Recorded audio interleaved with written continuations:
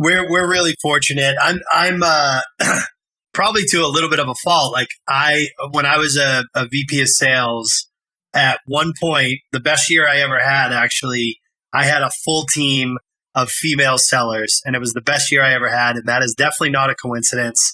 So one of the things I love about our business that we run now is close to 50% of our candidates are women that were, former athletes like yourself. A lot at the college level, some at the Olympic level.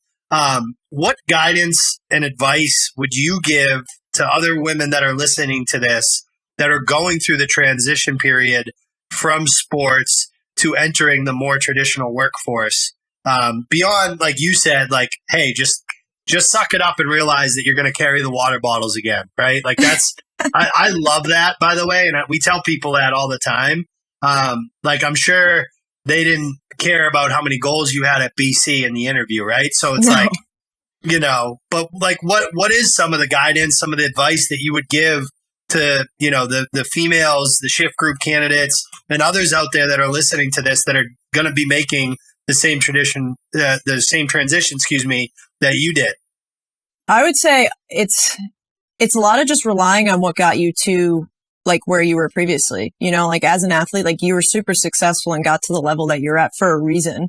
It's not like you have to change who you are. That's like my biggest advice is like throughout the whole process, I never felt that I had to change like who I was. Like that's kind of what got me there. So it was more so finding a fit that was, catered to me and like my characteristics, which is why I found tech sales, because, I'm someone who I am super like progressive, wanting to learn more, wanting to move fast. Like, that's like who I am.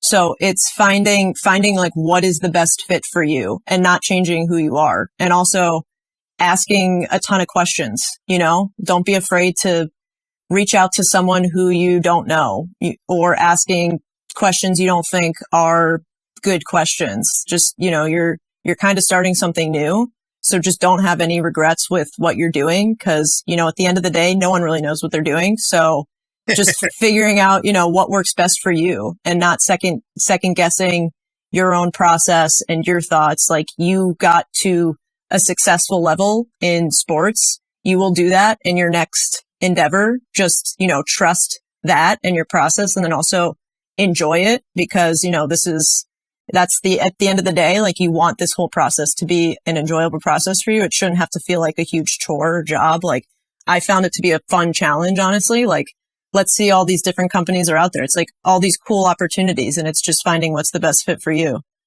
Yeah. I love that. We